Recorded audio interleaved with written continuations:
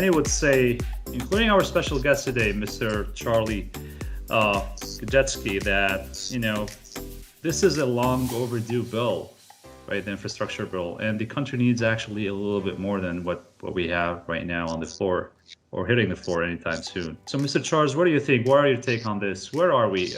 Is this bill enough?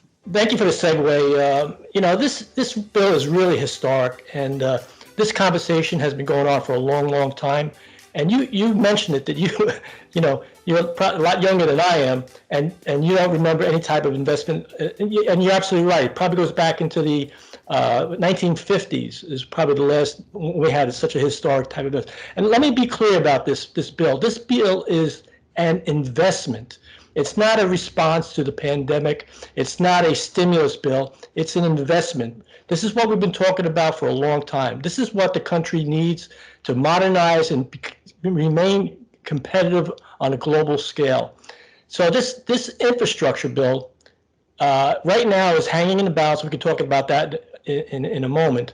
But again, I just want to make clear that this is an investment, and people are looking at it as a political football. It's not. It's a recognition that we have not invested in the infrastructure as we should for many decades. You just go back to the last administration. We thought we had to deal with the prior administration, and they were talking about $2-3 trillion in infrastructure. So right now we're at 1.2, and it's a start. And I think it will help us to not only maintain what we have, but also to upgrade and modernize our infrastructure. It's an exciting time. I don't know if I can sleep the next couple of days.